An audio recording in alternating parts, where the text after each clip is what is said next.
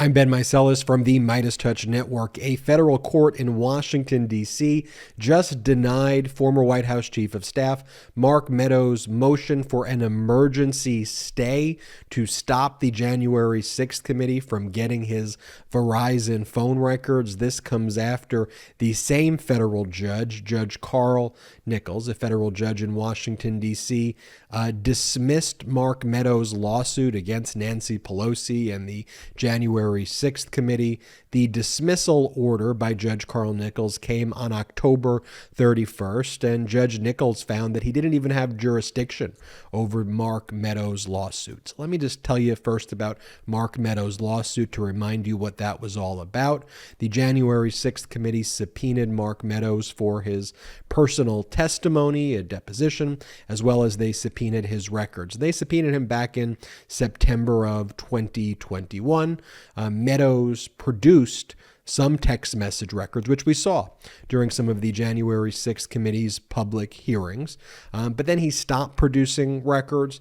Then he was set to be deposed in December of 2021. And like a day or two before his deposition was scheduled, Meadows rushed to federal court, filed a federal lawsuit, and sought an injunction by the federal judge to stop him from having to testify. And we've seen this with MAGA extremists across the country. They run to court to try to block their testimony and to block turning over records. At the same time, the January 6th committee filed or sought and took a vote on a contempt of Congress charge for Mark Meadows. Congress voted to find Mark Meadows in contempt. A referral was made to the Department of Justice to prosecute Mark Meadows for contempt of Congress. The DOJ declined to prosecute Mark Meadows for contempt of Congress. And one of the reasons I believe they declined also is that Meadows had this lawsuit pending in federal court, and Meadows had turned over some records and was somewhat cooperative at first before not being cooperative. And also the Department of Justice, I think, has bigger fish to fry when it comes to Meadows and Meadows' involvement in January 6th and Meadows' involvement with Donald Trump stealing top secret classified records and Meadows' involvement in the fake elector scheme and so many other things. So I think the Department of Justice is kind of holding that over Meadows' head. But in any event, the DOJ did not prosecute Meadows for contempt of Congress like they did with Steve Bannon and like they are with Peter Navarro. The lawsuit was pending in federal court in Washington, D.C., the civil lawsuit for an injunction to stop the January 6th committee from getting his Verizon phone records and getting his in-person deposition testimony. And finally, the court ruled on October 31st after asking for supplemental briefing over the summer. And the judge in this case, by the way, is Judge Carl Nichols, actually the same judge who was presiding over Steve Bannon's criminal contempt of Congress case. And here, when the judge was presiding over this Mark Meadows case, over the summer, the judge said, you know what? What both parties haven't briefed yet is whether I even have jurisdiction to hear this case, because doesn't Congress have something called the speech and debate clause under the Constitution where they can't be sued for damages or even for injunctive relief? Don't they have immunity for their legislative acts, for legitimate legislative acts? And here, issuing a subpoena is a legitimate legislative act. So why do I have jurisdiction?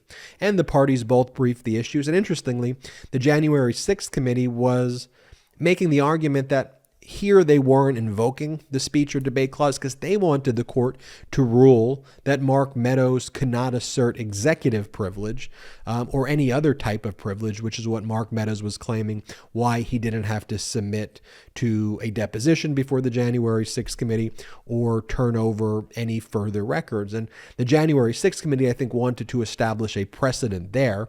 So they didn't actually even focus on the speech or debate clause. But in his October 31st ruling, Judge Carl Nichols said, whether you invoke the speech or debate clause or not, it exists. And on a sua sponte basis, and that's spelled S-U-A space S-P-O-N-T-E, it's Latin, on a sua sponte basis, on my own initiative is basically what that means, I am going to find that I don't have jurisdiction. Like, it's a threshold issue whether you invoke it or not, and the speech or debate clause prevents Mark Meadows from suing you, members of Congress, January 6th committee, and even in a case like this where he's seeking an injunction. So I don't have jurisdiction, case dismissed. And what did the January 6th committee do next? Well, they said, okay, Verizon, turn over the phone records, and Mark Meadows, we want to have your deposition. So then Mark Meadows on November 2nd, 2022, filed a motion for reconsideration before Judge Carl Nichols, basically saying, we think you were wrong. Can you please reconsider your order, which I don't think Judge Carl Nichols is going to do, but Nichols has not ruled on that yet. And in addition, one of the things Meadows sought was an emergency stay, stopping some conduct from taking place.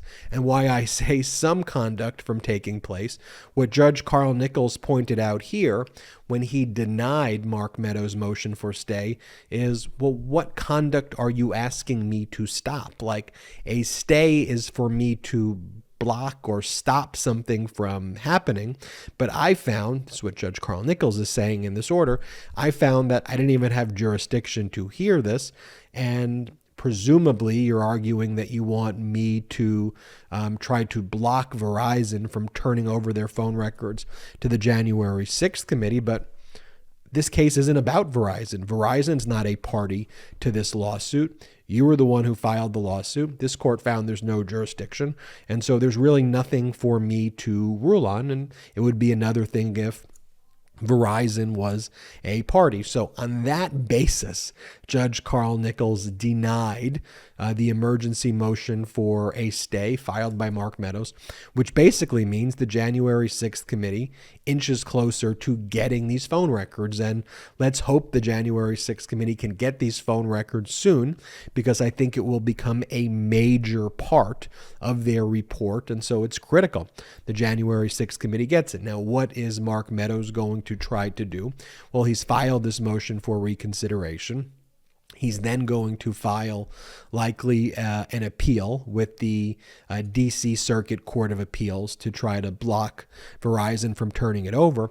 But, what Judge Carl Nichols did here in a very surgical way, it's very interesting, made it very difficult because the finding is no jurisdiction. And the finding is that Verizon isn't a party to this case. So how could even the D.C. Circuit Court of Appeals issue an order that would block someone, an entity that's not a party? In other words, what Carl Nichols really focused on was the kind of improper procedure that Mark Meadows used to bring this case. And I guess had Verizon been a party to the lawsuit, things could be different.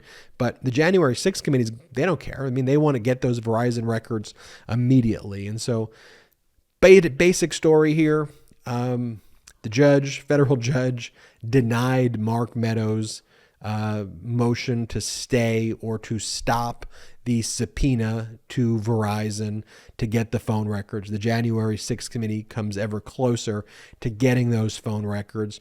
The court still hasn't ruled on the motion for reconsideration that was filed by Meadows yet. The court says that they will do that in due course. That's what the last line is. Meadows' request for a stay pending reconsideration is denied. The court will issue a decision on the pending motion for reconsideration in due course. I expect that we'll have that order soon, denying the motion for reconsideration. Meadows will appeal. At the same time, Mark Meadows has filed with the South Carolina Supreme Court an appeal of the South Carolina trial court order there, compelling him to testify before the Fulton County District Attorney's special grand jury proceeding. And there, Meadows went directly to the Supreme Court, kind of avoided the intermediate appeals court there. We'll see what the Supreme Court of South Carolina does, but from all sides, Mark Meadows, like typically we see with these MAGA cowards. There's no other way around it, doing everything they can to try to avoid testifying about a day that was critical to our history, a date that will live in infamy when insurrectionists tried to overthrow our democracy. And you have these MAGA cowards who release the books and they go on their press tours and speak to the MAGA extremist right-wing media or even the both sides media. But then when it comes to actually speaking the truth in court, here they go filing all these motions to try to block it. We will keep you updated with more developments on this. I'm Ben Meiselas from the MeidasTouch Network. Hit the subscribe button right now. We are on our way to 1 million subscribers thanks to your support. And in addition, consider becoming a patron of the MeidasTouch Network. We are on our way to close to 3,000 patrons. We're at like 2,400. Let's get to 3,000. There's lots of exclusive content on Patreon that you can only see on Patreon. But most importantly, we're not funded by any investors at all. We have zero outside investors. So we only rely on you. And so if you can, please, it helps grow this platform. Don't worry if you can, but if you can, go to patreon.com/MeidasTouch. Until next time, I'm Ben Meiselas. MeidasTouch is unapologetically pro-democracy. And look, we know you are too. So please make sure you check out our best-selling shirt and our best-selling gear, the unapologetically pro-democracy gear. And hey, while you're at it, make sure you check out my favorite shirt and one of our most famous designs. It wasn't rigged, you're just a loser. At store.meidastouch.com. That's store.meidastouch.com.